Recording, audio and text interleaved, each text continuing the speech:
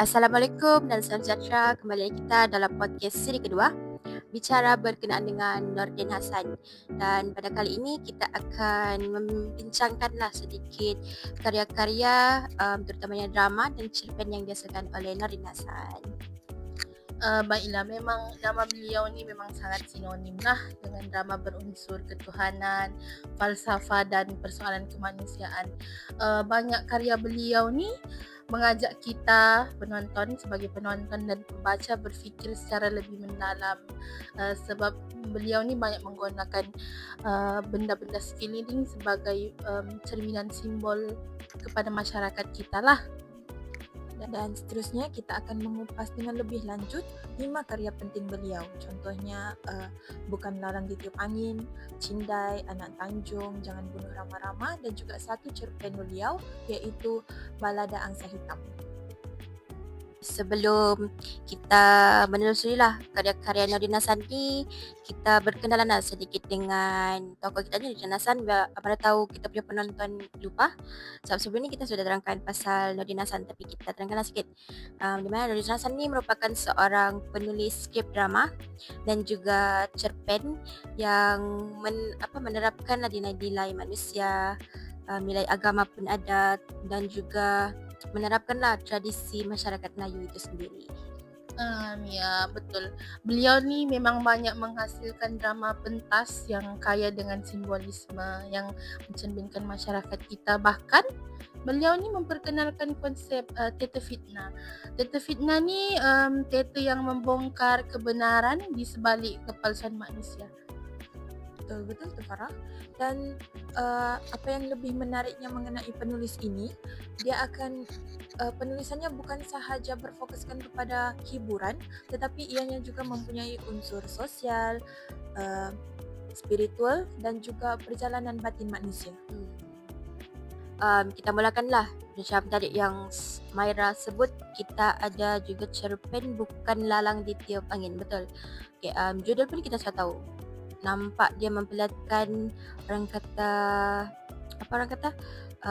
konflik mengkonflik dalam kalangan kita lah, masyarakat, terutama masyarakat Melayu.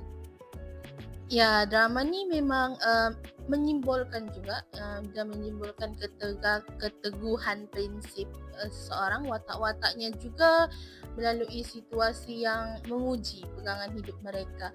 Ada konflik sosial, tekanan masyarakat dan pertarungan antara nafsu dan kebenaran. Saya setuju dengan apa yang Farah cakap tadi. Macam karya lain Nordin Hassan ni, unsur didaktiknya sangat jelas. Unsur didaktik ni dia mengajak penonton untuk mengetahui apa kesan bila individu tu dia mula kehilangan pendirian sendiri dan juga ketika mereka mula terikut dengan arus dunia ni. Seterusnya drama Anak Tanjung, betul. Okay, drama ni sama je lah macam tadi. Dia memperlihatkan situasi masyarakat tapi dia fokus kepada kritikan sosial, terutamanya gaya hidup masyarakat. Ya, betul Sofia. Drama Anak Tanjung ni watak utamanya bergelut dengan identiti dan hubungan antara tradisi dan kemajuan.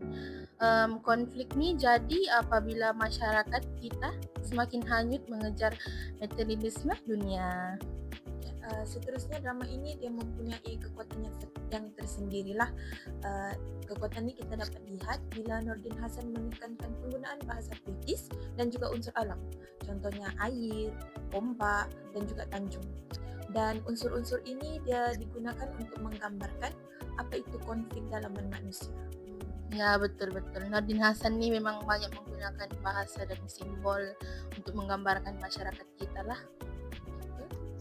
Okay, karya seterusnya ialah Jangan Bunuh Rama-Rama. Okay, drama ni sama je lah. Nordin Hassan ni suka guna simbol kan. Jadi drama ni juga berbentuk simbolik. Ya, betul. Drama Jangan Bunuh Rama-Rama ni memang sering dijadikan sebagai simbol harapan, kebebasan dan masa depan. Walaupun yang kita tahu kan rama-rama tu hanya hidup dalam beberapa hari. Cumanya mereka pun ada harapan untuk esok. Apabila perkataan dibunuh itu ditonjolkan, ia menggambarkan tindakan kita sebagai manusia memusnahkan sesuatu yang suci atau berharga. Betul ke Farah? Drama ini turut menyentuh banyaklah soal penindasan, kekejaman dan juga kelalaian manusia. Sebab Nordin Hassan, beliau ingin mengingatkan kita bahawa setiap tindakan kita tu boleh memberi kesan kepada diri sendiri dan juga orang di sekeliling kita lah. Cerita pasal ramai-ramai ni teringat pula lagu dekat TikTok. Terbanglah tinggi. Seterusnya drama Cindai. Okay, macam kita tahu Cindai tu bermaksud cantik, bukan? Jadi Nordin Hassan ni telah memberilah lambang kecantikan tu dan keindahan tu melalui drama Cindai. Ya, watak-watak dalam drama Cinta ini juga banyak berdepan dengan persoalan maruah, harga diri dan fitnah masyarakat. Nordin Hassan ni memang sering mengajak kita memperlihatkan bagaimana kata-kata manusia ni mampu memusnahkan seseorang. Seperti yang kita tahu, kata-kata kita, lidah kita ni lebih tajam daripada pisau. Dan untuk berkait dengan Cinta ini, seperti kain Cinta ini walaupun ditenun dengan baik, dengan rapi, dengan cantik, tetapi kain Cinta ini memang mudah koyak. Itu sangat berisilah dengan apa yang Farah kata sebentar tadi tu. Seterusnya drama Cinta ini dia punya tema lebih kepada kemanusiaan dan juga keinsafan. Sebab penulis ingin menekankan bagaimana manusia harus kembali kepada nilai murni dan tidak terlalu terikut dengan keangkuhan diri sendiri. Betul. Okay, akhir sekali selain drama, Nordin Hassan ni juga seorang penulis cerpen, betul? Betul. Dan antara salah satu cerpen yang dihasilkan oleh beliau ialah cerpen Balada Angsa Hitam. Ya, Okay? ya. Dan kita dapat lihatlah yang Nordin Hassan ni bukan hanya tertipu kepada drama semata-mata, malah beliau juga merupakan seorang penulis prosa seperti cerpen, dan cerpen beliau ini dihasilkan dengan sangat orang kata lirikal, betul? Ya, cerpen Balada Angsa Hitam ni turut menjadi simbol ketidakselarasan atau seseorang tu dilihat berbeza daripada norma masyarakat kita yang biasanya lah.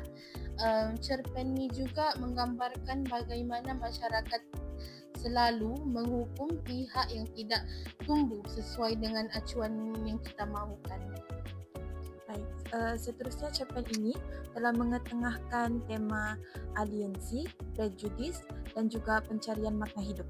Hal ini kerana penulis ini ingin menunjukkanlah gaya bahasanya yang puitis dan ianya penuh dengan renungan falsafah. Ya, betul. Secara keseluruhannya kita boleh nampak karya-karya Nordin Hassan ni bukan sekadar hiburan, tapi beliau lebih kepada menggambarkan masyarakat Melayu itu sendiri. Dan drama dan cerpen Nordin Hassan ni lebih kepada moral dan jiwa-jiwa manusia lah. Dan beliau juga menggunakan simbolik, kebanyakannya menggunakan simbolik dalam karya-karya beliau. Ya, Nordin Hassan ni beliau banyak membawa dan mengajak kita sebagai pembaca dan penonton kembali merenungkan diri, kembali kepada nilai kebenaran dan mempertahankan maruah sebagai insan itu sendiri. Betul. Dan itu sahajalah untuk podcast kita pada hari ini. Terima kasih sudah mendengar. Sampai jumpa di episod akan datang. Assalamualaikum dan